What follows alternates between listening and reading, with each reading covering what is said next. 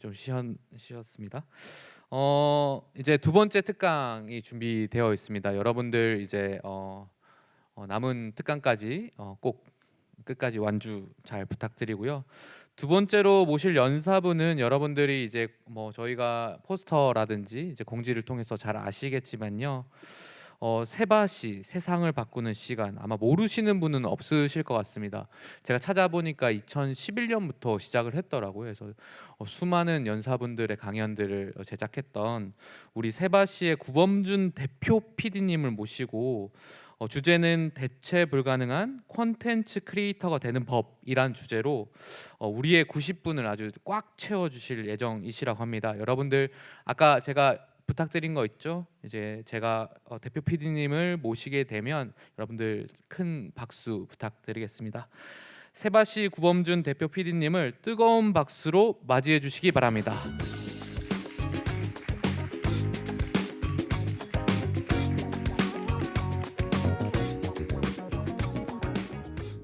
네, 안녕하세요. 소개받은 구범준 PD라고 합니다. 여러분 반갑습니다.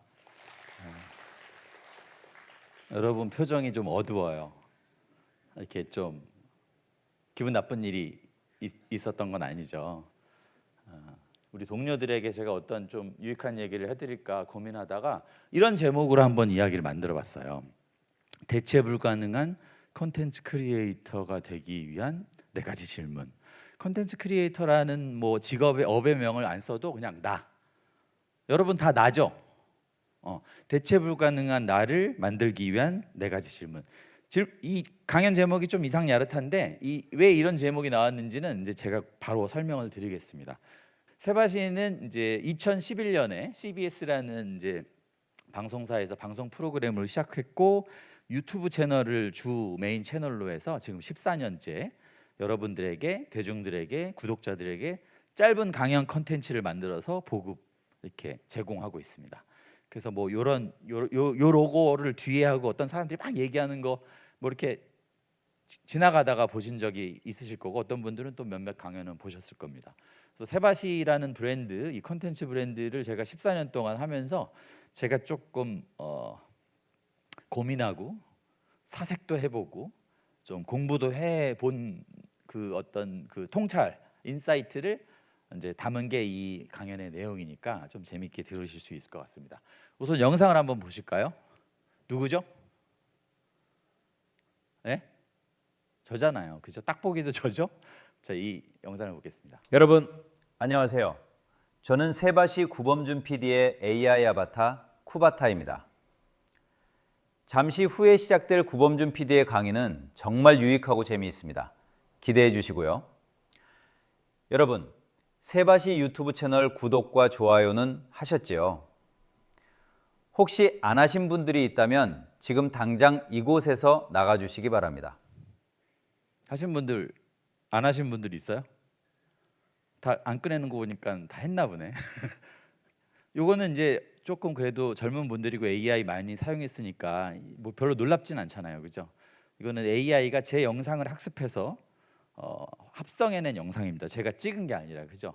대사만 준 거죠. 대사만 주면은 이렇게 만들어내요. 뭐 거의 구별하지 못할 정도로. Hello everyone. 영어로도 I'm 하고, Kubata, 그죠? the AI avatar of Sebazi producer Bomjun 이제 외국어를 The 할 lecture 필요가 by PD 없다는 Ku 거죠. that's about to begin will be both 그냥 하더라도 insightful 제가 and 이 정도는 해요, entertaining. 영어. Please stay tuned. 그게 안 By 돼서 the 이걸로 way, 만든 게 have you all 아니라. subscribed? 大 하지만 家好，我是喜巴西的 중국어까지 制作人 못하죠 具范俊 PD 的人工 제 智慧 목소리로 本身 중국어도 쿠바타。 하고 Bonjour à tous, je suis 불어도 Kubata, 하고, l'avatar IA du producteur de Sebazi. 독어도 하고. Hallo zusammen, ich bin Kubata, der 독어도 KI-Avatar 하고. von Bomjun Ku, dem Produzenten. 여기서 애니메이션도 잠깐 해요. 세바시 저랑 45는 똑같죠? 다양한 분야의 전문가와 아니에요? 저자를 모시고 깊이 있고 화난 의미 있는 표정으로 계속 이야기를 있으시네요. 나누는 콘텐츠입니다. 애니메이션을 할 수 있는. 세바시 45를 함께 이렇게 제작한 제가 협찬 기업을 찾고 요새 이제 이건 있습니다. 기업의 헤이젠이라는 비전과 그 가치를 AI 저희 아바타 콘텐츠를 더빙 통해 알리고 AI 싶은 기업이 있다면 서비스로 만든 세바시로 건데 연락 주시기 실제로 바랍니다. 저희가 그 강연에 촬영을 하고서 어떤 강연자 그러니까 한 7순에 가까운 그 어떤 그 시니어 강연자가 있었는데 이분이 이제 생전 처음 강연하시는 분이었고 그 강연이 이렇게 매끄럽진 않아요. 그 저희가 프롬프트가 있어도 뭐 이분 이제 문해 교육을 받아서 한글을 늦게 깨우친 분이라서 읽는 것도 잘 못하세요. 근데 그분이 강연을 하는데 우리가 대본에 쓰여 있는 내용대로 하는 게 아니라 거꾸로 말할 때가 있어요. 뭐 한 달을 못 한다고 읽을 때도 있고. 그럼 이 강연 내용이 매끄럽지가 않잖아요. 지난달에 이제 저희가 공개한 강연 중에 하나인데, 그래서 그분의 AI 아바타를 이 헤이젠 서비스로 만들어서 그 부분을 픽싱해서 영상에 그 AI가 만든 부분을 인서트했어요. 한 명도 그런 댓글 안 달았어요. 저 AI가 만든 거죠. 모른다는 거죠, 그죠? 그런 식으로 우리는 강연 무대에서 잘못된 거는 삭제할 수밖에 없었는데 이제는 우리의 의도대로 고치는 시대가 된 거예요. 그리고 조금만 더 나가면 어때요? 세바시 강연할 필요 없어요.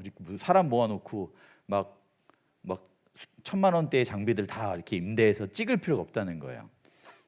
강연자들에게 인증만 받아서 아바타 만들어서 강연하면 돼요. 영상 제작이 굉장히 쉬워진 시대가 됐어요. 그죠? 제가 지난달에 퍼플렉시티한테 2026년에 AI가 이렇게 빠른 속도로 우리 사회 모든 것들을 막 이렇게 대체하기 시작하는데 가장 먼저 사라질 직업이 뭐야라고 물어봤더니 이렇게 이제 탑 10 열거해 줬어요. 여러분 충분히 예상할 수 있는 직업들이죠. 그죠? 10년 전에도 뭐 이런 직업이 가장 먼저 없어진다. 하지만 10년 전 10년 전도 아니라 한 2년 전, 1년 전만 하더라도 크리에이티브 관련된 여러분 같은 직종은 AI가 대체할 수 없다. 이렇게 얘기를 했어요. 실제로 많은 기사들이. 기억나세요? 그런데 불과 2024년 11월에 오픈 AI가 소라라는 동영상 생성 AI를 만들고 나서 1년도 안 됐는데 엄청난 AI 영상 서비스가 나왔잖아요. 그죠? 그래서 저는 얘가 지금 사정을 모르고 이런 대답을 했다고 생각이 돼서 1위는 방송 PD다. 영상 콘텐츠 만드는 업을 가진 사람들은 당장 AI에 대체될 운명에 놓여 있다. 이렇게 전 정의하고 있습니다. 왜냐하면 카메라도 필요 없고, 그죠? 분장, 뭐 무대, 뭐 심지어 이제 편집까지 필요 없는 시대가 불과 1년 동안 이렇게 발전했는데 앞으로의 1년은 엄청나게 발전할 것이다. 2026년에는 우리가 생각한 기대하는 거 이상의 AI 서비스들, 동영상 제작 AI 서비스들이 나올 건데 그러면 우리 같은 직업은 뭘 할 거냐? 저는 대체 가능하다고 봐요. 그죠? 뭐 비단 이 업뿐이겠습니까? 우리가 컨텐츠 크리에이팅하는 각 분야의 업들이 이제는 뭐 음악도 만들고 글도 쓰고 그림도 그리는 심지어 영상까지 찍고 만들고 편집해버리는 AI가 나오는 이상 우리는 대체 가능한 존재가 될 수밖에 없어요. 여러분 엔트로픽이라는 AI 회사가 분기별로 우리 이 시대의 AI 기술이 어떤 방향으로 가냐를 조사해서 지표를 발표하거든요. 그게 두 가지 이제 지표를 방향성을 선정해서 이제 연구를 하는데 그게 뭐냐면 하나는 오토메이션이고 하나는 어그멘테이션이에요. 오토메이션은 자동화, 어그멘테이션 증강. 그러니까 증강은 뭐예요? AI가 있는데 인간의 보조 역할을 하는 게 증강이에요. 강화시킨다. 인간의 역량을 강화시키는 방향으로 AI 기술이 발전할 거야. 이런 지표가 있고 인간 필요 없어. 그냥 인간을 대체해버리는 방향으로 AI 기술이 발전할 거야. 이런 지표를 이제 조사해서 발표를 하는데 이제 1분기, 2분기, 3분기죠. 이게 9월이란 말이에요. 1분기, 2분기 때는 여전히 그래도 AI가 인간의 보조 역할로서 기술 발전을 시키는 게 더 우위에 있었는데 9월에 그게 역전이 됐어요. 인간 필요 없어. 대체할 거야. 이렇게. 그러니까 사실은 뭐 많은 사람들이 AI 에이전트니 도구니 잘 활용하면 좋다. 그것도 뭐 진실이긴 한데 많은 영역에서는 자동화를 목적으로 AI 기술들이 발전된다는 지표예요. 그럼 우리가 이걸 고민하지 않을 수가 없어요. 대체 가능한 존재. 여러분들은 다 대체 가능한 존재인 거예요. 우리가 AI가 처음에 나왔을 때 어땠어요? 신기하다. 그 신기함이 약간 순식간에 사라지면 두려움이 나타나죠. 야, 그럼 나 어떡해? 혹시 내가 잘리는 거 아니야? 내가 정리되는 거 아니야? 내가 하는 일을 AI가 해버리는 거 아니야? 제가 헤이젠 서비스를 보면서 느꼈던 그 감정. 나는 대체 가능한 존재인가? 이런 두려움이 있는 거죠. 앞으로 100세 시대 더 먹고 살아야 되는데. 그럼 우리는 어떤 고민을 하냐면 그럼 어떻게 하면 대체 불가능한 존재가 되는 거야? 이런 고민을 하셔야 되는 거잖아요. AI 시대에 나는 어떤 더 뛰어난 역량을 가진 인간이 돼야 되는 거야. 이런 고민을 하실 거잖아요. 안 하겠어요? 하신다고 전제하고 얘기를 하면 우리는 대체 가능한 존재이고 싶진 않잖아요. 대체 불가능한 존재가 되려면 뭐를 해야 될까? 공부를 더 해야 될까? 학교로 돌아가서 학사였다면 석사를 따고 석사였다면 박사를 따야 될까? 새로운 기술을 배워야 될까? 코딩을 배워야 될까? 자격증을 따야 될까? 그걸 하면은 나는 대체 불가능한 존재가 될까? 그렇게 생각하세요? 아니에요. 그거는 직관적으로 생각해도 아니에요. 왜냐하면 기술 발전이라는 거는 이론적으로는 무한이에요. 천정이 없어요. 계속 발전해요. 우리가 하는 모든 것을 AI가 할 수 있다는 걸 이미 증명해 버렸어요. 그러니까 우리 뭘 해야지 대체 불가능한 존재가 될까? 이걸 고민해야 되잖아요.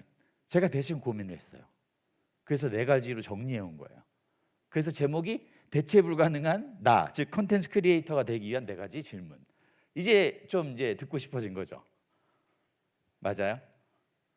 그래서 여러분 표정이 아직도 화난 표정들이라서 맞죠? 맞다고 제가 이제 생각하고 이제부터 이야기를 해드릴게요. 대체 불가능한 존재가 되려면 나의 이야기를 가지면 돼요. 제가 진짜 조사해서 생각해서 오랜 숙고 끝에 내린 결론이에요. 나의 이야기를 가진 사람은 대체 불가능하다. 싱거워요? 여러분 이야기 있어요? 여러분 여기 와서 15분 무대에 의해서 15분 내 이야기 할 수 있는 분 없어요? 있는데 손 안 드는 거예요? 그런 분도 분명히 있을 거라고 생각해요. 하지만 대부분은 없어요. 왜냐하면 이야기가 뭔지 제가 정의한다면 내가 뭐 어디서 태어나고 어디서 자라서 어느 학교 가서 어떤 직장에 들어가서 어떤 일을 하는 사람의 이게 내 이야기가 아니야. 내 이야기는 뭐냐면 나의 생각과 경험을 바탕으로 세상에 혹은 타인에게 전하는 의미, 그게 이야기예요. 뭔가 메시지를 전하는 거, 메시지. 그게 작든 크든 그게 나의 이야기예요. 이야기를 듣는 사람들이 공감도 하고 감동도 하고 멋지다, 내가 알게 됐어라든가 깨닫게 한다든가 이런 것들이 이야기예요.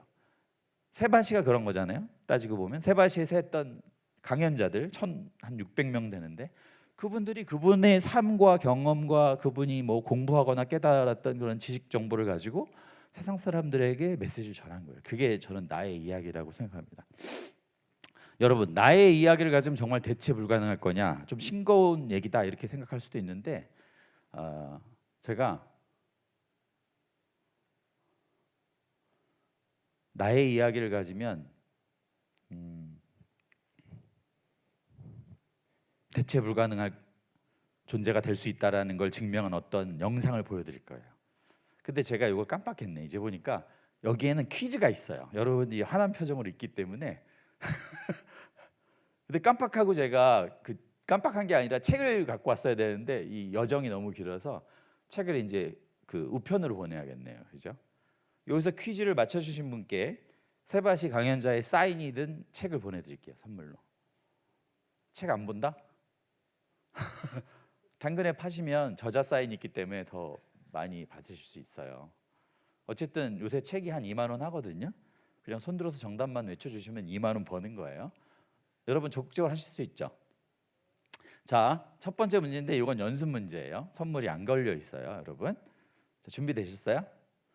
정답을 외치지 말고 손을 들어서 정답 이렇게 하세요. 내가 말하겠다.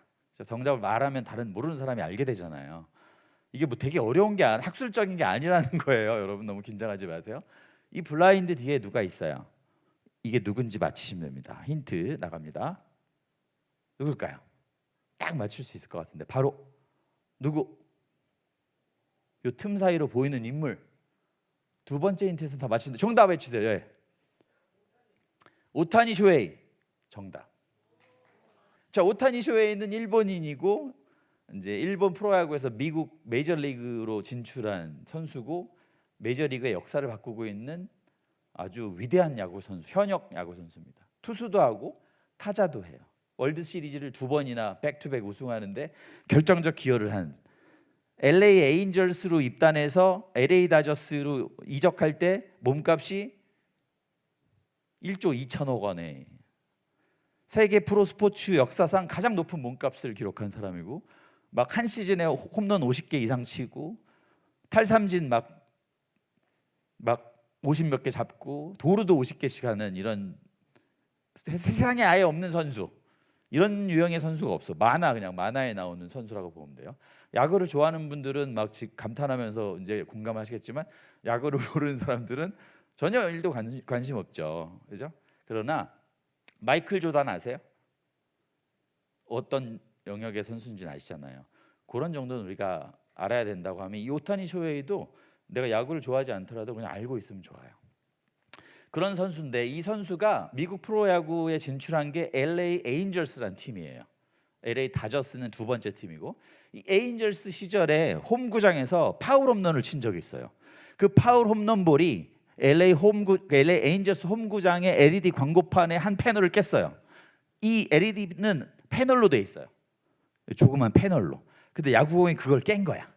그때 일어난 사건이에요. 그 영상을 한번 보시겠습니다. 파울 해서 저게 날아가서 저 쿠어스 라이트란 맥주의 저 한 부분을 깬 거예요. Shohei Ohtani. He's the greatest baseball talent in the history of the sport of He baseball. is to Japan what Messi is to Argentina.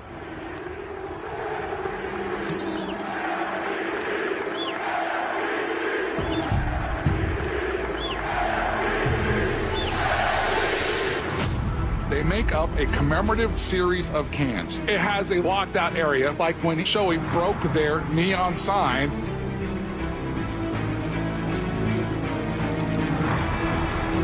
쿠어스 라이트의 모든 저 부분에 LED를 꺼버리고 저 점이 디자인의 일부가 된 거죠. 그리고 이 Light has done some of the best 오타니 reactive marketing 기념 I've 버전? seen in a while. top 5 best marketing campaigns in sports 이건 history. 순식간에 바이럴되면서 엄청 다 팔립니다. 솔드아웃돼요. beer of MLB, nor is Shohei Ohtani a Coors Light sponsored athlete.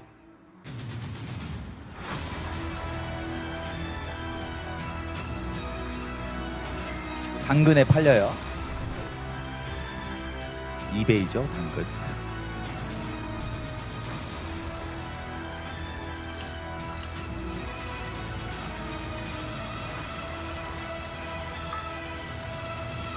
일본은 코스라이트 맥주를 수입하지 않았는데 저 맥주를 수입하게 됩니다. 일본은 맥주 강국이라 저 맛없는 거 수입하지 않거든요, 원래.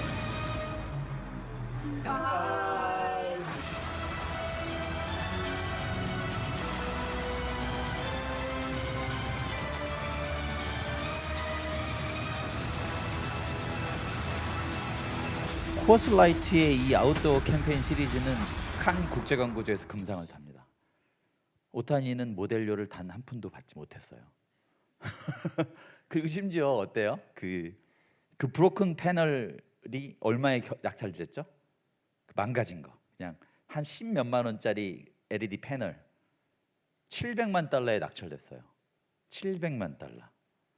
그죠? 우리가 평생 벌지 못할 돈의 가치를 갖게 되고, 그리고 박물관 갔어요. 그 쓰레기가 작동하지 않는 기계 부품에 불과한 그 쓰레기가 나는 오타니에 의해서 부서진 패널이야 하는 이야기를 갖는 순간 대체 불가능한 존재가 돼서 지금 고귀한 몸이 된 거예요.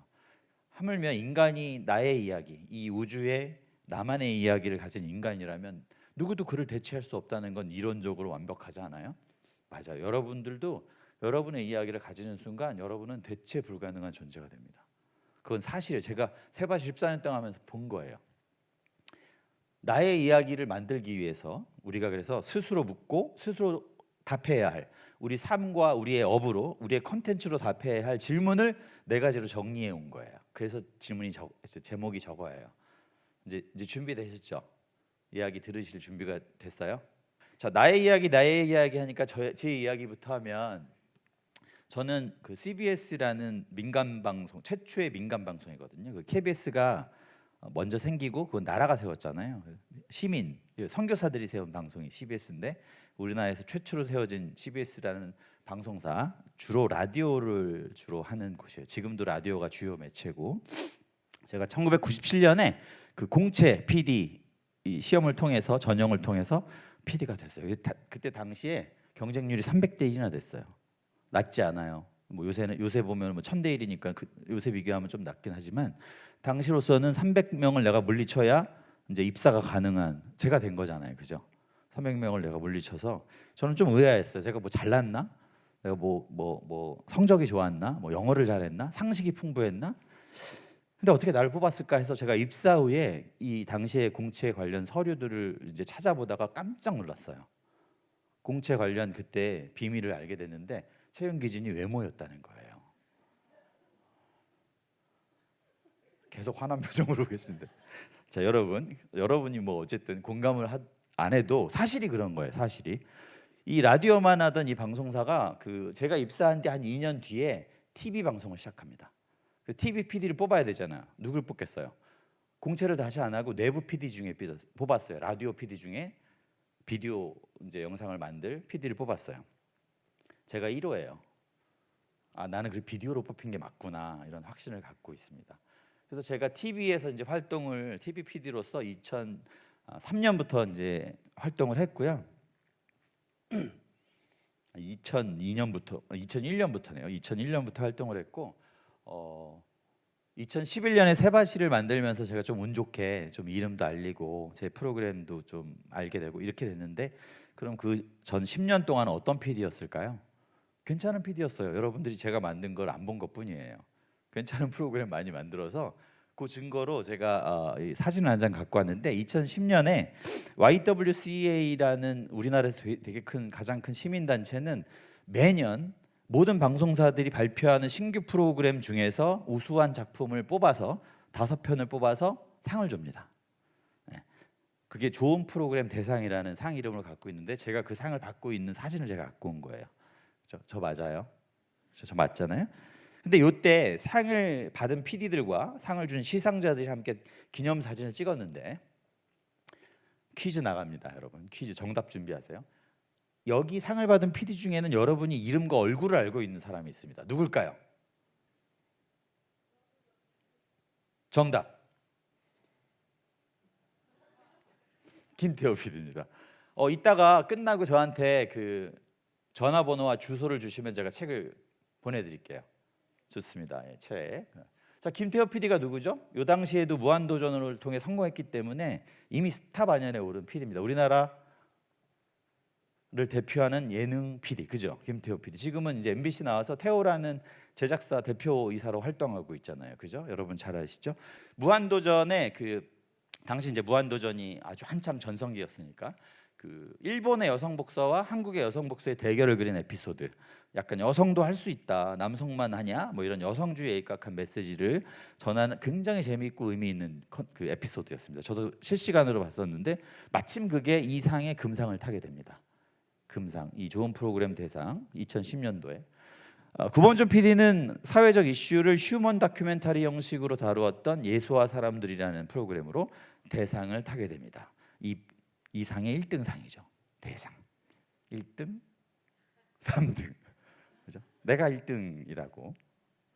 근데 여러분들처럼 이 시상식장의 돈과 기는 누구에게 집중됐을까요? 당연히 김태호입니다. 스타 PD니까. 기자들은 우리 김태호 PD가 어떤 수상 소감을 말할지, 그리고 이 시상식이 끝나고 나서 나랑 같이 기념사진 찍어줄지가 초미의 관심사였고, 우리 대상팀이 이 시상식장을 떠나는 그 순간에도 아무도 관심을 기울여주지 않았어요.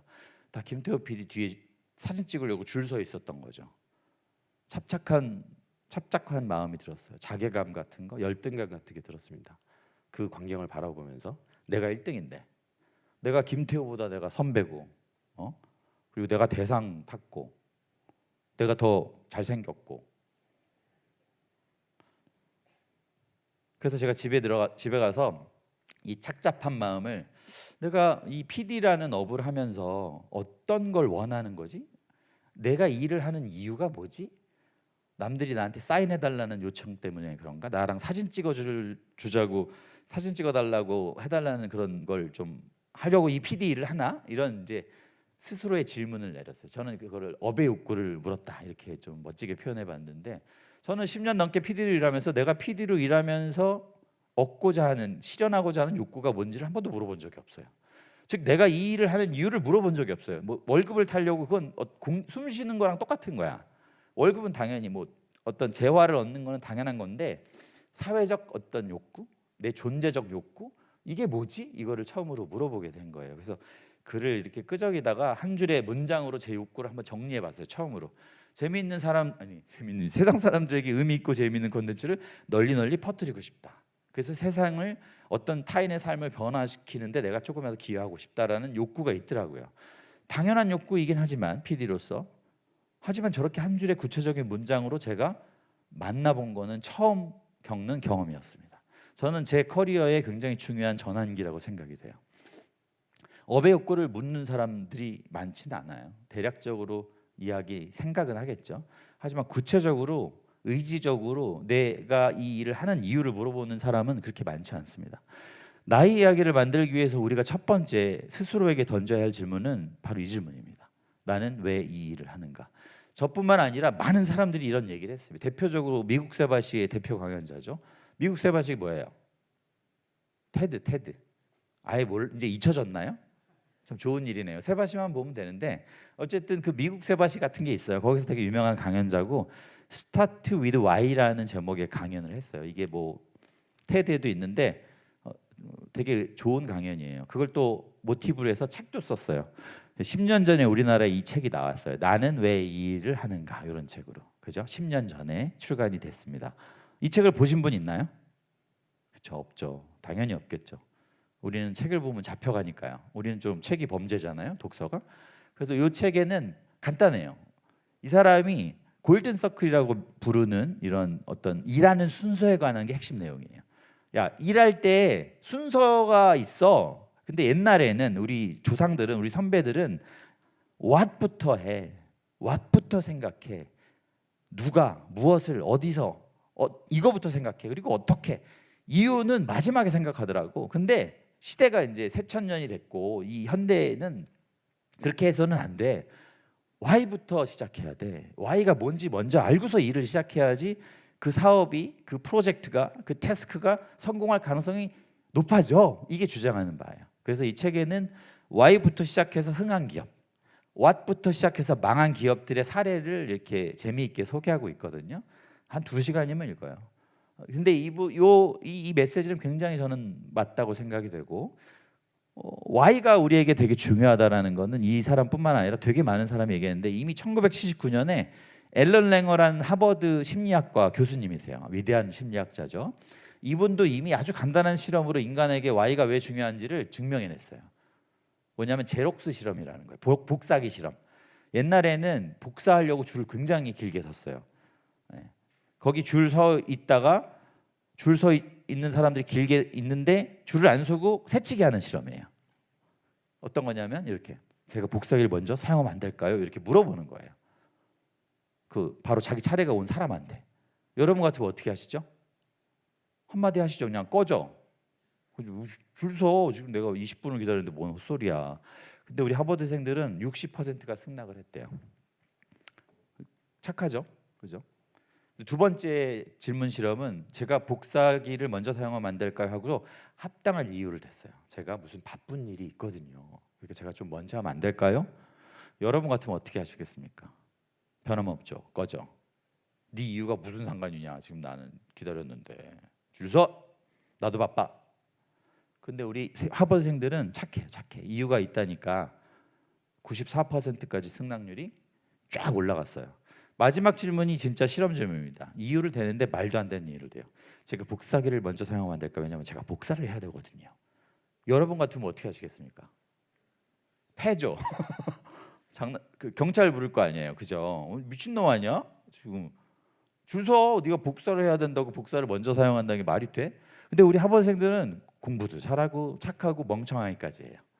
성락률이 변함이 없어요. 그 이유가 있다니까 양보를 하는 거야. 이게 그래서 인간의 고정 행동 유형이라는 실험이 그 연구에 관한 인지 실험이었는데 인간으로 사회화되고 교육되면 이유, because, why, reason 이런 단어가 들어오면은 그 이유에 대한 합리적, 이성적 판단을 유보해 버리고 내가 해야 할 행동을 한다는 거예요. 이유가 있구나. 이게 되게 중요한 거예요. 인간 행동을 촉발하는데 그 어떤 이유가 중요하다는 걸 방증한 거죠. 직접 증명은 아니니까. 이유가 되게 중요한 거예요. 요새 뭐 신세대 사원들 여러분도 뭐 후배가 있는 분들은 경험하실 수 있고 여러분 자신이 그럴 수도 있잖아요. 일을 시키면 이걸요? 아니에요? 제가요? 섬녀라고 뭐 우스갯소리인데 마지막에 뭐라고 물어요? 그죠? 왜요? 이게 우스갯소리로 얘기하는 거지만 사실은 왜요라고 물어봤을 때 뭐 리더분들이 있다면 선배분들이 있다면 진지하게 그 이유를 설명해 줘야 된다는 거죠. 그 설명해 주려면 나도 먼저 알아야 되기도 하고 그래서 되게 중요해요. 왜요라는 거는 되게 올바른 질문이에요. 저도 세바시를 처음 만들 때 보통 컨텐츠 방송 프로그램 만들 때 처음 만들면 무슨 뭐 하잖아요. 방송 프로그램 예고편 만들잖아요. 뭐 누가 나와요, 어디서 해요 이런 거잖아요. 뭐 유재석이 사회 보고요. 무슨 대기업 회장님 나오셔서 강의하시고 서울대 교수님 나와서 강의하시고 뭐 콘서트홀 막 비인 공연장에서 우리가 막 하고 7시에 본방 사수 뭐 이런 거잖아요. 근데 저는 그때 2011년 당시에 특히 페이스북 이런 게 이제 좀 사용자를 이제 좀 모아가기 시작하던 때였는데 주로 우리는 왜 세바시를 만드는가에 관련된 글과 영상을 많이 올렸어요. 근데 세바시를 모르거든요. 세바시를 만들든 무슨 상관이냐, 관심도 없는데. 그럼에도 불구하고 끊임없이 우리가 세바시를 만드는 이유에 대해서 설명을 했어요. 이걸 제가 알고 그런 건 아니고 왠지 이제 그런 게 더 그 소셜 미디어 시대, 사람들하고 직접 소통이 가능한 시대에는 이게 어떤 설득력을 가질 거라고 생각했어요. 근데 사실은 없었어요. 뭐 프로그램 뭔지도 모르는데. 근데 어쨌든 한두 명은 생겼죠. 그리고 다음 달에는 한 10몇 명 생겼고 그 다음 뭐 한 3개월 뒤에는 뭐 몇백 명이 그런 방식으로 이유를 서로 공유한 시청자들, 구독자들이 생기다 보니까 저희가 지금 현재 14년이 흐른 지금은 총 360만 명의 구독자를 보유한 아주 재미없는 강연 컨텐츠인데도 불구하고 360만 명을 보유한 채널 미디어가 된 거죠.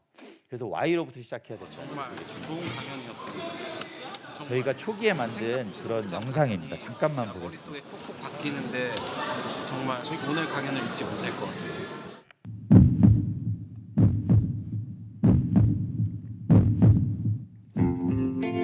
저희 이게 두 번째 강연회였어요. 되게 없죠. 사람이 한 40명 정도 왔는데 매달 두 번째 강연을 해야 되고 400명의 관객을 모아야 돼서 그게 제일 힘들었습니다. 쉬운 길만은 아니었죠. 이거는 연출된 장면이고요. 그게 이제 1년이 되고 2년이 됐을 때 세바시 강연회는 오프라인 강연회 브랜드였어요. 처음에는 오프라인에서 우리가 얼마나 많이 소통하고 강연을 같이 듣고 이야기하는 자리.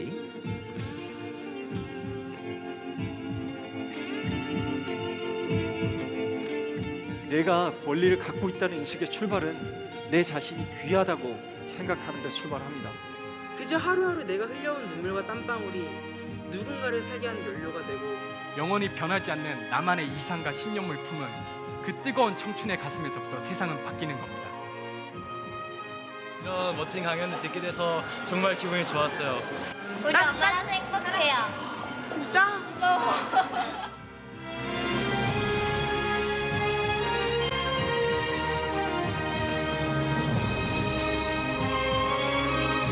그리고 꼭 1년이 됐을 때 저 강연장이 다 찼습니다. 그때는 정말 기적과도 같은 일이라고 생각했어요.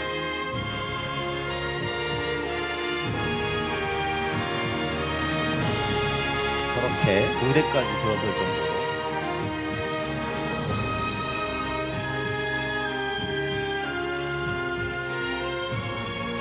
그들이 진짜 영원하고 듣고 싶었던 이야기. 세바시를 통해서 더 나가고 싶은 이제 더 큰 비전.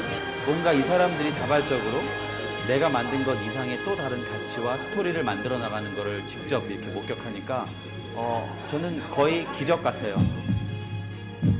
정말 한 11년 전에 만든 영상인데 뭔가 예고 프로그램 같진 않잖아요. 뭔가 교회에서 목사님 설교 끝나고 이렇게 보여주는 선교 영상 같기도 하고 조금은 이제 좀 다른 영상이었던 것 같습니다. 로고도 옛날 로고죠.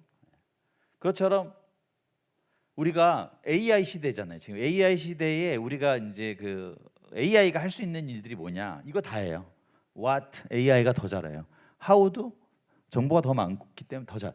When, where, if 다 잘해. 하나 남은 의문사가 있어요. 인간에게만 남은. 그게 뭘까요? 왜예요? 왜? 이거 인간만 물어볼 수 있어요. 그래서 많은 전문가들이 뭐 학자들이 Y가 인간의 독창성과 앞으로의 경쟁력의 본원이다 이렇게 얘기하는 거예요. 여러분들은 왜라는 질문을 해야 돼요. 그래서 여러분 인간지능으로서의 경쟁력을 가질 수 있다고 얘기를 하는 것처럼, 그래서 왜가 되게 중요한 거예요. 자, 두 번째 질문은 뭘까요? 새롭게 보는가? 나는 새롭게 보는가? 새롭게 본다는 거는 뭐 전혀 없는 뭐 이런 생각을 가지라는 게 아니에요. 우리가 알고 있는 걸 새롭게 보는가라는 질문이에요. 데자뷰라는 말 아시죠? 데자뷰란 말이 뭐예요? 뭔가 처음 보는 건데 언젠가 어디선가 본 것 같은 느낌, 그걸 데자뷰라고 하잖아요. 한 줄의 문장으로 정의하면 낯선 것에서 익숙한 것을 보는 게 데자뷰예요. 근데 스탠포드의 한 교수님이, 그 디자인 싱킹 하시는 교수님이 자기가 책을 쓸 때 이걸 활용한 개념을 하나 만들었어요. 뒤집었어요. 거꾸로. 데자뷰를 거꾸로 뒤집으면 무슨 어떻게 되죠? 뷰자대가 되죠. 그래도 말이 돼요. 불어 아시는 분은 아실 거예요. 뷰자대예요. 그러니까 뜻도 바뀌었죠. 뭐예요? 익숙한 것에서 낯선 걸 보는 거예요. 익숙한 게 뭐예요? 우리가 배운 거, 우리가 경험한 거, 우리가 이미 알고 있는 거, 우리가 늘 썼던 거, 이게 익숙한 건데, 새로운 건 뭐예요? 새로운 방식, 그동안은 몰랐던 방식, 남들은 눈치채지 못한 것들, 이런 것들이 낯선 거예요. 우리가 누리고 있는 모든 창의와 혁신은, 특히 크리에이터들은 이 뷰자대의 눈을 작동해서 만든 거예요. 그렇잖아요. 제로에서 생겨난 혁신은 없어요. 여러분 아시겠지만. 여러분 예를 들어볼까요? 수십 가지 주세요. 넷플릭스는 뭐예요? 원래 어떤 창업을 했죠? 이 헤이스팅스라는 사람이? 아는 분 있어요? 원래 넷플릭스가 원래 피벗한 거예요. 피벗. 뭐예요? 비디오 대여점이었어요. DVD를 우리가 웹에서 신청하면 DVD가 왔어요. 그 DVD를 어떻게 해요? 다시 보내고. 이런 짓을 하다가 이 창업자가 뭐하러 우리가 이런 짓을 하고 있지? 이렇게 생각한 거예요. 스트리밍으로 하면 되잖아. 그러면 DVD 보내고 주고받고 할 필요가 없잖아 해서 스트리밍 기반의 이제 영화 대여점 같은 게 된 거죠. 그리고 OTT라는 이름으로 세계를 정복하기 시작했죠. 에어비앤비는 원래 뭐였죠? 아는 분? 왜 에어비앤비일까요? 에어비앤비는 캘리포니아의 한 뭐 이렇게 컨퍼런스 많은 동네에 창업자들이 뭐 2층 집 하나 월세로 집 빌려 가지고 그 컨퍼런스 온 사람들한테 이제 방을 주는 사업이었어요. 근데 그 방을 주는 게 방이 아니라 거실이었고, 거실에 그 에어 매트리스랑 아침을 준다고 그래서 에어 매트리스 앤 브렉퍼스트에서 에어비앤비가 된 거예요. 그러니까 이 사업은 전통적인 사업이었어요. 그냥 거실 빌려주는 거였어요. 거실, 방이나 거실을. 그러다가 야 이거 장사 잘 되네. 근데 우린 집이 없잖아. 그럼 집이 있는 사람들이 빌려주고 우린 수수료 벌면 되겠다. 이게 공유 경제 모델을 여기다가 넣은 거죠. 그리고 에어비앤비가 세계 숙박 관련 뭐 이런 걸 다 잡아먹게 된 거예요. 원래 있던 것에서 뷰자대의 눈을 작동한 거죠. 메신저 앱도 마찬가지. 메신저 앱이 없을 때 우리가 못했나요? 다 2G에서도 다 했어요. 그죠? 배달앱이 없을 때 우리가 음식을 못 시켜 먹었나요? 아니요, 다 했어요. 다만 스마트폰의 애플리케이션 방식으로, 새로운 방식으로 예전 것을 혁신한 거죠. 그죠? 되게 많네. 휴대폰도 뭐 아이팟, 인터넷, 뭐 컴퓨터, 이 세 개, 뭐 스티브 잡스가 세 개를 합쳤다고 그래요.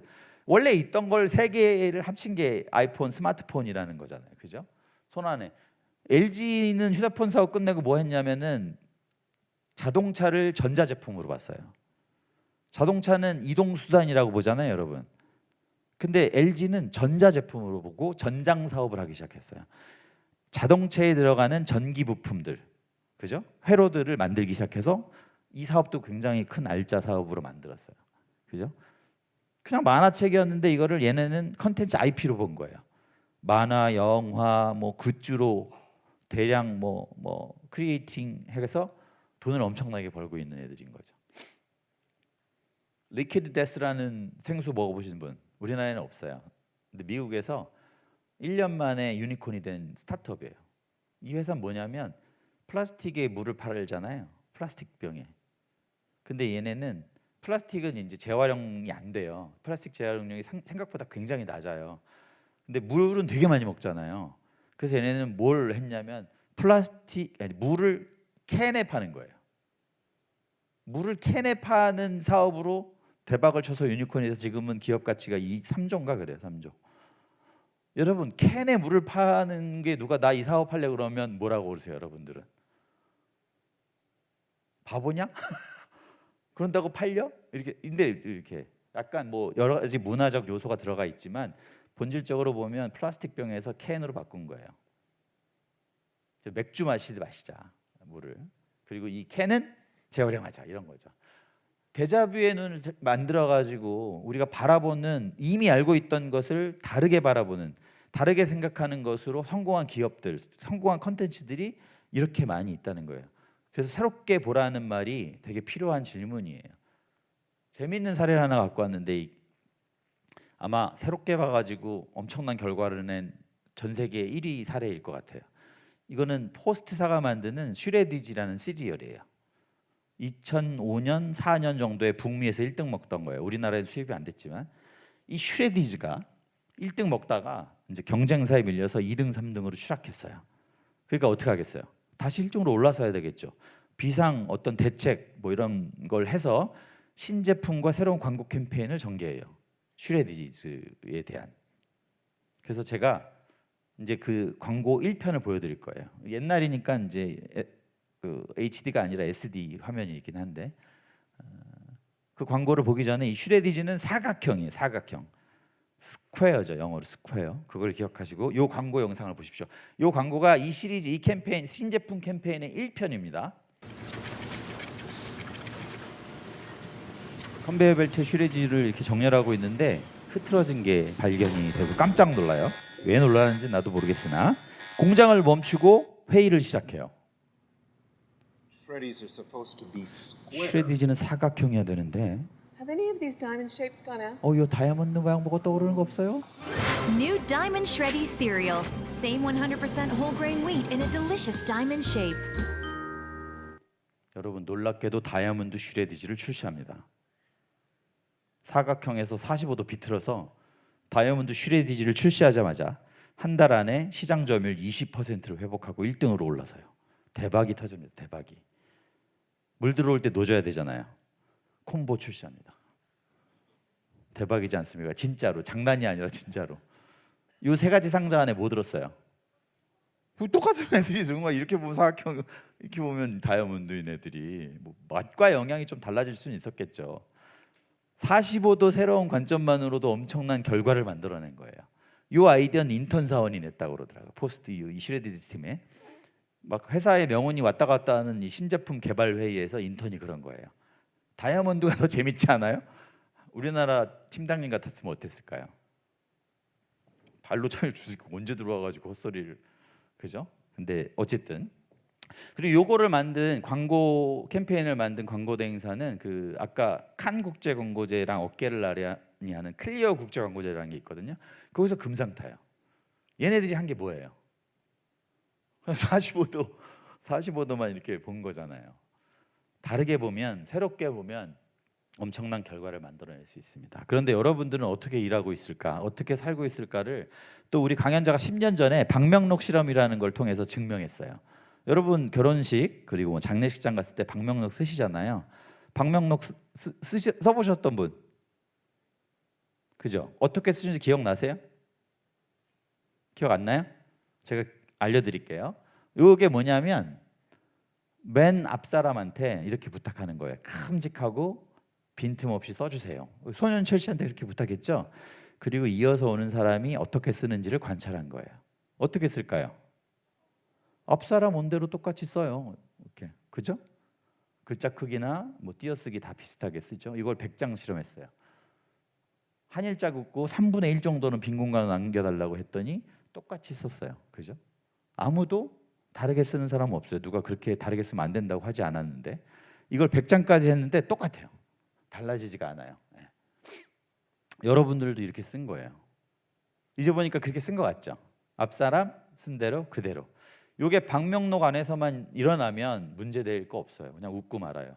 근데 우리가 일하는 이 방명록 바깥에서의 여러 가지 분야에서 이런 일들이 일어나고 있는 거예요.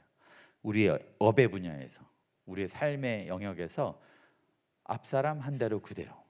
내가 대학 때 교수님이 알려준 대로 그대로. 내가 신입사원 때 대리님이 시킨 대로 그대로. 내가 대리였을 때 우리 과장님이 자기가 대리였을 때 성공했던 방법 그대로. 그렇게 하는. 근데 여러분 지금 시대는 어때요? 저는 이렇게 정의하거든요. 어제 됐던 일이 오늘 안 될 가능성이 안 될 확률이 인류 역사상 가장 높은 시대를 살고 있어요. 인류 역사상 가장 높은 시대. 왜? 하루 만에 변화 속도도 엄청나니까. 그런데 어떻게 우리가 알고 있던 거, 우리가 해봤던 거, 누가 가르쳐준 거, 과거에 했던 데 그거대로 일을 해서 성공을 바랄까요? 그거는 말이 안 된다. 그래서 우리가 해야 할 일은 새롭게 정의해야 된다는 거예요. 새롭게 정의하기. 우리가 알고 있는 것, 우리가 경험했던 것, 우리가 일해왔던 방식의 모든 것들을 새롭게 정의해야 돼요. 특히 AI가 모든 걸 뒤바꿔 놓는 이 시대에 새로운 정의가 필요하다는 거예요. 새로운 정의가 뭐냐면 그냥 어떤 것을 두고 내가 이거는 과거의 정의야, 아니면 이제는 내가 새로운 정의를 한번 해볼 거야. 나의 일의 업의 이유와 나의 어떤 새로운 아이디어를 통해서 새롭게 정의해 볼게, 그런 거예요. 세바시도 사실은 따지고 보면 어때요? 그냥 강의 프로그램 그냥 뻔해요. 그냥 강사한 사람 섭외해서 카메라 한 대 놓고 찍은 거예요. 모든 방송사들은 이 강의 프로그램을 거의 모든 24시간 컨텐츠 중에 절반 이상을 다 강의 포맷으로 만들고 있어요. 왜? 돈이 안 들거든요. 제작비가 그렇게 많이 안 들어요. 저비용 고효율이에요. 우리나라 사람들은 강의 듣기 좋아해요. 시청률이 기본은 나와요. 기본은 공부하고 싶은 마음들이 있으니까. 그러니까 이 강의 프로그램이라는 거는 그냥 그 교양 PD들 입봉시킬 때 너 한번 이름 걸고 해봐, 쉬운 거니까, 이런 거예요. 누가 강의 프로그램으로 무슨 승부 보려고 하지 않는다는 거예요. 근데 저는 강의 프로그램으로 승부를 볼 생각을 하고 강의 프로그램의 정의에 도전을 한 거예요. 새롭게 정의하기 시작한 거죠. 강의 프로그램은 이런 정의였어요. 그냥 스튜디오에서 우리끼리 하는 거야. 스튜디오 뭐 관객을 데리고 올 필요가 없어요. 당시에는 공개 녹화는 개그 콘서트나 열린 음악회만 했었어요. 그걸 누가 보러 와야 되는데 재밌어야 신청을 하죠. 강의 프로그램은 재미없잖아요. 신청할 거라고 생각하지 않았던 거죠. 그리고 우리끼리 만들면 돼요. 그리고 60분 정도는 해야 돼요. 우리가 학교도 다 60분 수업 들었으니까 강의 프로그램 60분 정도는 해야지. 그 정도는 해야 우리가 뭘 배우지 않겠어? 이런 거였어요. 누가 강의하냐? 박사나 유명한 교수님 정도는 돼야, 전문가는 돼야 강의하지 않겠어? 이게 이제 당시의 강의 프로그램의 정의였다면, 저는 이 강의 프로그램의 정의를 하나씩 새롭게 정의하는 거예요. 야, 강의 프로그램도 개그 콘서트처럼 시민들이 참여 신청해가지고 공개 녹화하는 거야. 막 한번 춤도 추고 막 질문도 하고 막 까르르 웃어가면서 하는 게 강의 프로그램이지. 이런 걸 하고 이런 400석짜리 콘서트홀을 대관한 거죠. 그래, 강의 프로그램은 60분 너무 길어. 지루해. 15분이면 돼. 우리가 할 수 있는 배우는 인사이트 15분이면 하나씩은 다 얻을 수 있어. 그리고 꼭 유명한 사람만 할, 메시지가 있으면 누구나 다 할 수 있어. 중학생도 할 수 있고 그냥 백수 아저씨도 할 수 있어. 아이디어만 있으면 돼. 그게 강의 프로그램이야 라는 정의를 하고 도전을 한 거죠. 뭐 그대로 되진 않겠지만 어려운 일이었지만 도전을 해서 지금은 이제 그 모든 강의 프로그램의 어떤 부분에서의 정의는 그 세바시가 갖고 있는 거잖아요. 저희가 조금 알려지고 1년 뒤에 모든 방송사들이 강의 프로그램을 공개 녹화하는 방식으로 다 하나씩 만들었어요. 그리고 강의 프로그램의 시간도 다 줄어들었고, 그리고 일반인 전문가들도 나오기 시작했어요. 되게 유명 전문가들이나 박사님, 교수님만 나오다가 바꾼 거죠. 강의 프로그램의 정의를. 여러분이 하고 있는 업의 정의도 바꿀 수 있어요. 바꾼다기보다 새롭게 정의하는 거예요. 제가 아까 그 AI 시대에 PD가 사라진다라고 뭐 좀 과장되게 얘기했지만 사실은 역할이 바뀌는 것 같아요. 그죠?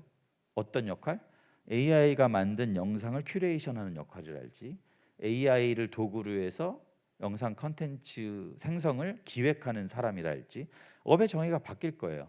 근데 AI 이전 시대에 제가 세바시를 하면서 제 업의 정의를 바꾼 건 뭐냐면, 방송 콘텐츠를 제작하는 일이 방송 프로듀서의 업의 정의예요. 아마 100년 전에 BBC 어떤 사람이 이렇게 만들었을 거예요. 업의 정의를 하고 업의 리스트를 짰겠죠. 뭐 섭외하고 기획하고 섭외하고 찍어서 편집해서 송출실로 넘겨주는 사람, 방송 프로듀서. 그죠? 송출실에 넘겨주면 끝나는 거예요. 내일은 이제 새로운 거 기획해야죠. 실제로 그렇게 저는 일했어요. 10년 넘게 모든 방송 PD들이 그렇게 일하는 거예요. 근데 저는 이 업을 새롭게 정의하기를 이렇게 정의했어요. 야, 더 나은 세상을 위한 이야기를 확산시키는 사람이라고 정의하는 순간 저의 일은 편집이 끝나서 송출실에 넘겨주는 걸로 끝나지 않아요. 어떻게 하죠? 이 세바시라는 이야기 콘텐츠를 확산시키기 위해서 기사도 써요. 기자가 되기도 하고 이거를 확산시키기 위해서 마케팅도 해요. 마케터가 되기도 하고 어디 대학교나 기업에 가서 강의를 빌미로 세바시를 알리기도 해요. 강사가 되기도 해요. 일의 목록이 달라지는 거고 내 업이 확장되는 거예요. 어떻게 하면? 내 업에 재정의를 하면. 그런데 AI 시대가 온 거예요. 더더욱이나 우리의 업에 재정의를 해야 되는 거죠. 여러분들이 무슨 뭐 웹툰 기획자다, 아니면 여러분들이 문화 뭐 전시 기획자다. 업의 재정의가 이루어져야 이 시대에 맞는 핫한 컨텐츠들을 만들 수 있다는 거예요. 그냥 옛날 방식대로 옛날 사람들이 BBC에서 이 프로듀서라는 업의 정의를 한 사람은 죽어서 지금 백골이 돼 있어요. 그 사람이 시킨 대로 하는데 어떻게 일이 성공할 수 있겠습니까? 반드시 업의 재정의를 해야 된다는 거죠. 여러분들이 만드는 제품도 재정의할 수 있어요. 아까 슈레디즈는 사각형이야 라고 했는데 어떤 그 인턴이 아니야, 슈레디즈는 다이아몬드 하는 순간 다시 1등을 탈환하는 엄청난 결과를 만들어냈듯이 여러분들이 만드는 컨텐츠, 제품, 서비스도 똑같은 걸 우리가 만들고 있지만 그거를 재정의하느냐에 따라서 새로운 결과를 만들어낼 수 있어요. 제가 직접 그런 걸 경험한 거예요. 저의 제품, 저의 프로덕트는 뭐예요? 세바시 강연 영상이죠. 강의 영상이잖아요. 저는 그래서 강의 누가 들어요? 막 내가 어떻게 하면 성공할 수 있을까? 내가 어떻게 하면 성장할 수 있을까? 이런 게 궁금한 사람들이 막 강의를 많이 듣거든요. 그럼 그 사람들한테 그 강의가 뭐예요? 답을 줘야죠. 궁금한 것에 대한 답을. 저는 그래서 세바시는 그런 사람들에게 답이 되는 이야기라고 정의를 했어요. 그리고 10년을 만들었어요. 1300편을 만들었어요. 이건 누군가에게 답이 되는 이야기들이야. 내가 답을 줘야지 이러면서. 그러다가 세바시 10주년이 됐을 때 제가 고민을 해요. 우리 10주년 기념으로 뭘 할까? 이런 생각을 했는데 뭐 보통 사람들이 10주년 기념하면 되게 큰 강연회를 기억하겠죠. 세바시 10주년 기념 특집 강연회 하고 뭐 유명 강연자들 뭐 막 말하고 끝나고 와 하고 이제 집에 가면 끝나는 그런 걸 하기 싫었어요. 10주년이 되는 이 해에 꾸준히 우리 팬들과 우리 구독자들과 계속할 수 있는 기획이 뭘까 이걸 고민하다가 이 세바시라는 영상의 정의를 내가 보고서 이게 틀렸다는 걸 깨닫게 돼요. 1300편을 만들었다고 그랬잖아요. 그러면 나는 1300개의 답을 아는 사람이잖아요. 내가 기획하고 내가 찍고 내가 편집했으니까.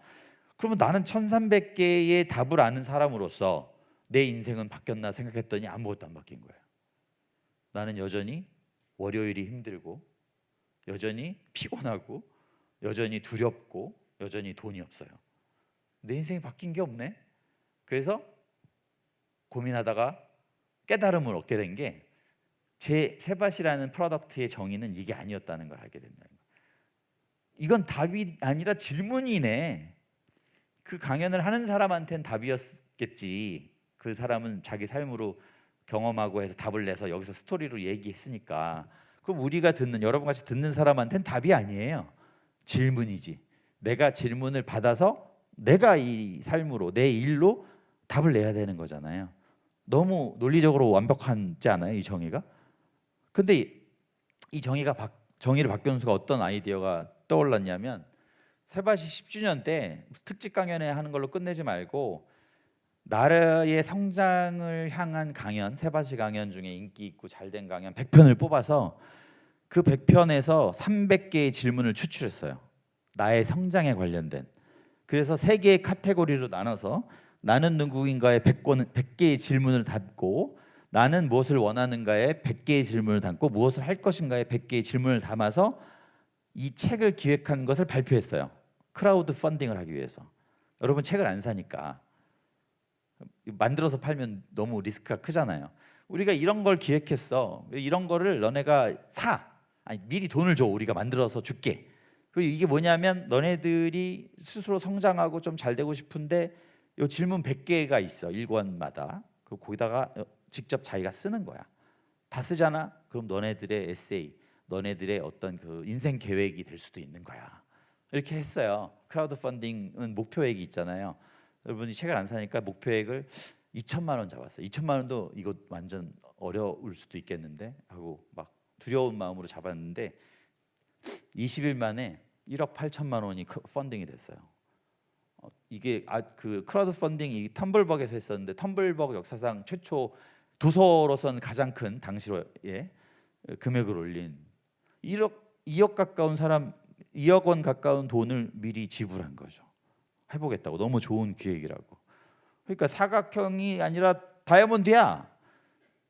답이 아니라 질문이야 하는 순간 이런 우리는 출판사가 아니거든요. 우리한테는 1억 8천이라는 돈이 부가적인 큰 매출이잖아요. 그걸 4년 지난 5년 동안 이게 서점에서 팔렸고 누적 매출이 한 5억 돼요. 우린 출판사가 아니에요. 네. 누적 매출이 5억이나 되고 심지어 이제 작년 말에 4권을 발매했어요. 나는 왜 나를 사랑하는가 이런 걸로. 이것도 크라우드 펀딩으로 4,500만 원어치를 팔았어요. 영상 제작사인데 출판 책을 함으로써 우리가 이 책을 통해서 한 5억의 매출을 올린 거죠. 어떻게 해서? 새롭게 정의하는 일로. 그냥 원래 정의됐던 걸로 계속 쭉 만들어내는 게 아니라 매년 그것을 바꿔나가는 과정에서 새로운 결과들이 만들어진다는 거죠. 여러분 작년에 손석구가 시나리오 직접 써갖고 뭐 여기 그 문병곤이라는 단편 영화를 잘 만드는 감독하고 이 영화를 만들었어요. 근데 이 영화를 CGV에서 방영했다고 그러나? 상영했는데 1,000원 받았어요. 1,000원 표가. 왜냐하면 13분짜리 단편 영화이기 때문에 그래요. 13분짜리. 그러니까 밤낚시라는 건데 되게 뭐 한 찾아서 보세요. 13분짜리 단편 영화가 저한테 인상적이었던 거는 뭐 손석구 뭐 이런 걸 다 떠나서 단편 영화인데 사실은 이게 칸에서 국제광고제에서 단편 영화상을 받아요. 근데 이게 왜 광고제에서 받았을까요? 영화제가 아니라 현대차 광고였어요. 사실은 현대차가 광고 영상으로 이 감독한테 예산을 주고 바이럴 영상을 만들려고 한 거야. 이 사람은 밤낚시를 이제 시나리오를 손석구와 같이 공동 제작해서 만들었는데 손석구 주인공이 그 아이오닉 5 당시에 신차였죠. 작년에 나왔다. 아이오닉 5에 장착된 7개의 카메라만으로 영화를 찍었어요. 그러니까 이 영화는 카메라 감독의 시선이 아니라 자동차가 보고 있는 시선인 거예요. 거기서 뭐 미스테리한 어떤 전기 충전소에서 일어나는 일인데 이거는 현대차 광고. 광고제에서 영화 상을 받은 거니까 광고 영상을 돈 내고 판 거예요. 그러니까 돈 받고 판 거예요. 여러분 광고 영상 1,000원 내고 보라고 하면 보겠어요? 그렇죠? 광고 영상 그리고 단편 영화 이런 것들의 기존의 정의를 완전히 뒤집어 버린 거잖아요. 그리고 잘 만들었어요. 되게 시나리오도 되게 좋고. 근데 사실은 이것의 영상의 본질은 광고 영상이에요. 아이오닉 5에 대한 이미지를 소비자한테 이게 새롭게 정의하기라는 겁니다. 근데 여러분 놀라운 사실은 뭐냐면 세바시의 70%는 다 광고 영상인 거 아세요? 나 그거 알았다. 우리가 제작하는 70%의 영상이 스폰서가 있어요. 그러니까 저 밤낚시라는 게 저한테는 새롭진 않아요. 내가 그렇게 해왔기 때문에. 세바시라는 강연 스토리의 몇 가지 철학들을 광고주로부터 지키면 저런 영상이 만들어지는 거예요. 이것도 사실은 뭐 서울시가 저희한테 돈을 준 영상이잖아요. 이것도 부산시가 돈을 준 영상이에요. 이거는 안전보건공단이라는 데가, 이거는 그 시몬스 침대가 다 협찬사가 있는 거고 협찬사 욕구를 반영한 스토리들을 여러분들이 눈치채지 못하지만 이걸 듣고 나면 시몬스 침대를 더 좋게 보는 그런 효과를 노린 영상들인 거예요.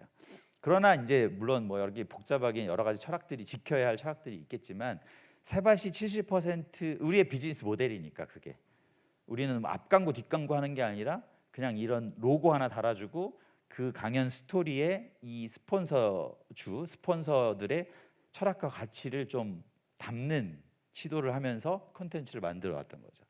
그래서 새롭게 보는가가 굉장히 중요해요. 여러분들의 이야기를 만들 때 제가 중요한 건 메시지라고 그랬잖아요. 의미. 근데 그 의미를 새롭게 바라보는 관점으로 제시해야 돼요. 왜냐하면 이 세상 하늘 아래 새로운 메시지가 없거든요. 되게 중요한 인생의 진실은 다 보편적인 거예요. 여러분 다 알고 있는 거고 누가 그 얘기하면 뻔한 얘기하고 있네. 잔소리하지 마 이런 얘기를 한다고요. 그런 뻔하고 잔소리로 들리는 그 인생의 진실, 세상의 진실을 새롭게 바라보는 관점으로 뒤집어서 전달을 해야 된다는 의미에서 크리에이터들한테 굉장히 중요한 방식의 작업 방식이라는 거죠.